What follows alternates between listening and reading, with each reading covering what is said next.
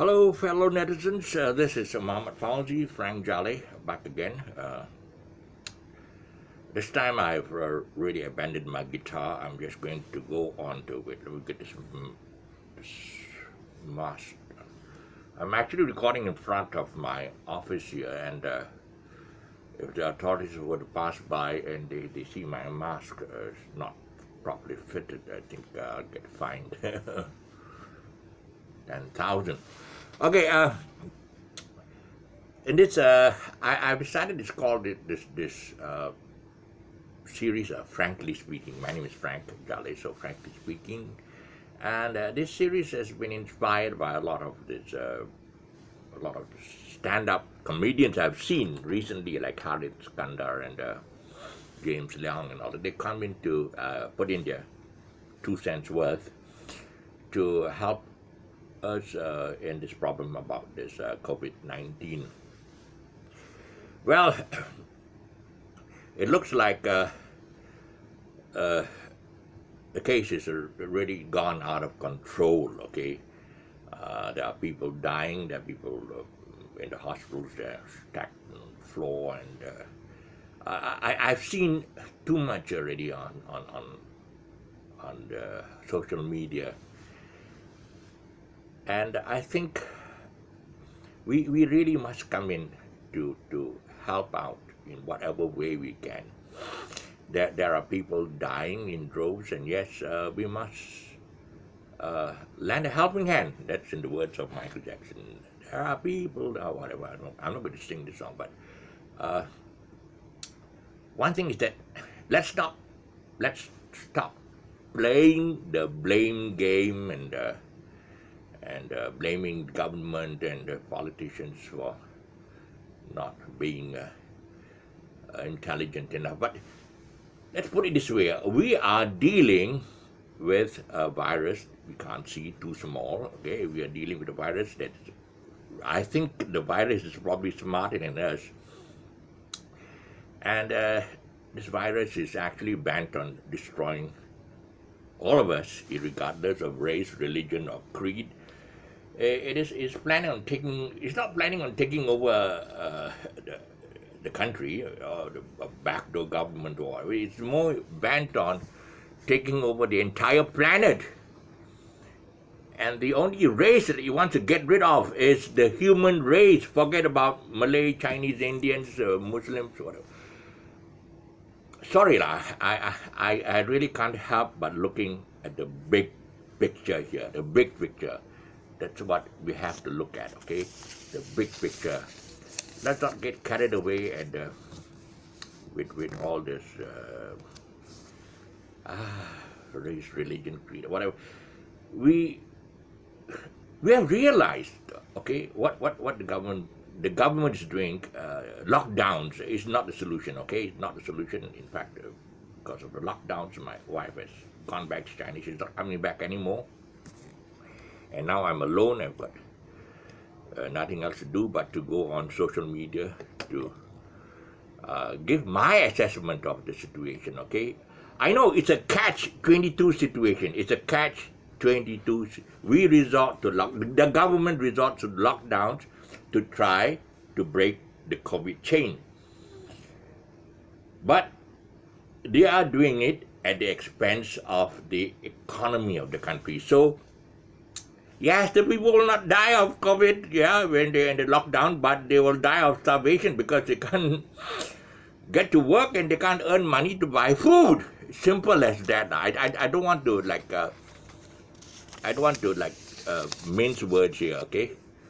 So the economy is bad. People are killing themselves. They are jumping to the windows. I think probably because it's in the lockdown, the only thing they see in front of them is the open window, and I think that's the only outlet they see. Okay, let's play Superman, jump to the window, and that's it. They kill themselves. Okay, so the government lifts the lockdown. Like now they have lifted. Okay, I'm back to work. Okay, and then they set social distancing rules to break the chain. So they set a hefty fine for those who break the rules, and you think everything will be fine because when they fine you for everything. Think again. These hefty fines will put people out of business for life, and they might resort to crime to feed the families and themselves, and they will end up in lockups instead of lockdowns. Okay, I'm sorry. This reminds me of the hudud law at one time, when people caught for stealing, they have their hands chopped off. But the problem is that when you have your hands chopped off, you can't work, and how are you going to feed yourself? So you still have to resort to crime. It's not the solution. Okay, if you think a burger seller can pay 50,000 ringgit fine, you must be kidding. The poor guy is probably going to end up in the jailhouse singing Elvis' Jailhouse Rock. Okay, let's take a look at the situation from the big picture standpoint. Okay, I know all things said and done, more was said than done. Okay, more was said. Everybody is talking, but no one. The big word here is do. I mean, my kudos go to the people who do more and say little. Kudos to my friend Tony Fernandez, who might not remember me. We were members of the Glen Marie Golf Country Club at one time, but I don't think he knows me. But I was inspired by the fact that while his entire fleet of aircraft was grounded, you know who I'm talking about, right? Air Asia guy, okay? His entire fleet of whatever aircraft was grounded by the lockdowns, but yet he mobilized his entire staff to run the various vaccination centers sprouting all over the country. I was in one of them. I went to the, where was it, Satya City Convention Center. Yeah, I had my second vaccination at the Satya City Convention Center. And I was indeed impressed by the volunteers, especially the frontliners. And I think most of them were from the aircraft industry, probably working for Tony at one time. I didn't know about this, what Tony did. Seriously, I didn't know. And I'm not being paid by him for telling this, okay? And I don't think he knows what I'm... But I only saw this in his interview with this stand-up comedian, Harith Iskandar. And... he's one person I would like to take my hat off to, okay, for doing something. And yes, the herd immunity program might be that beacon light at the end of the COVID tunnel. If you haven't heard of this herd immunization program, then I hope you probably can hear it from me. I hope people would hear it, okay?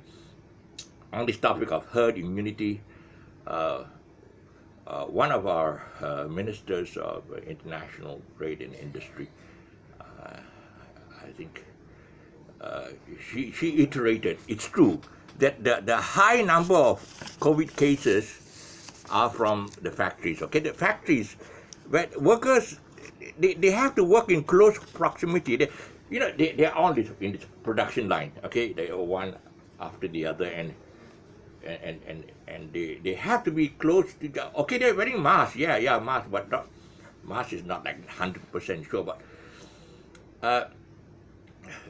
the politicians were bent on how do we curb it by lowering the number of workers, the percentage of by percentage, okay? We lay off half of them. This minister's idea was actually better. Okay, her idea was to mobilize a team of entire staff force to go to these factories to vaccinate all the workers. I saw this as a brilliant idea. I mean, we don't have to bring the mountain to the prophet. We just bring the prophet to the mountain. I don't know where I heard this adage, but I think it's from one of my Mu'alaf classes at the Perkim. But anyway, that's a different story. Yeah. So the solution here, I say that that we can do this. Mobilize a team, volunteers, whatever, frontliners, go to these factories, especially in Selangor.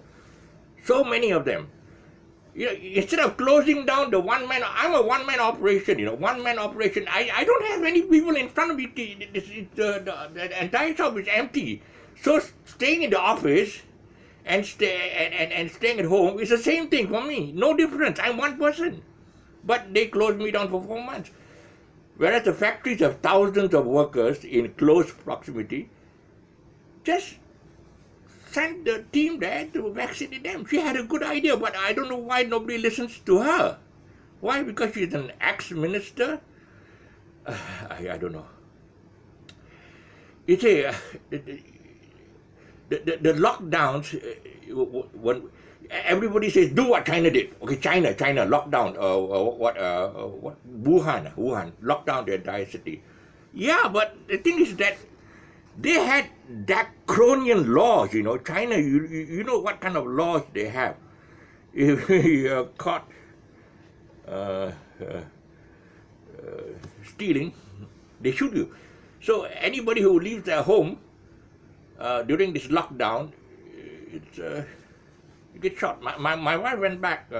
She was quarantined in, she was from Beijing, she was from Beijing, but I don't know. Her son managed to get her out of this country through some. I don't know. He's a strong guy in the military or whatever.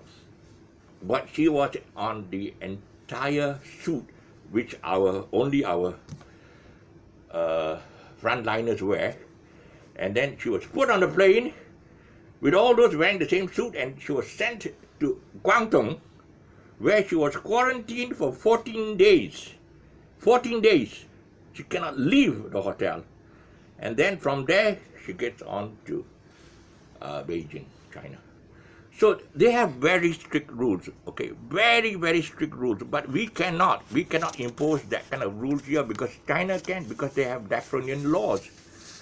I've seen pictures of people being injected.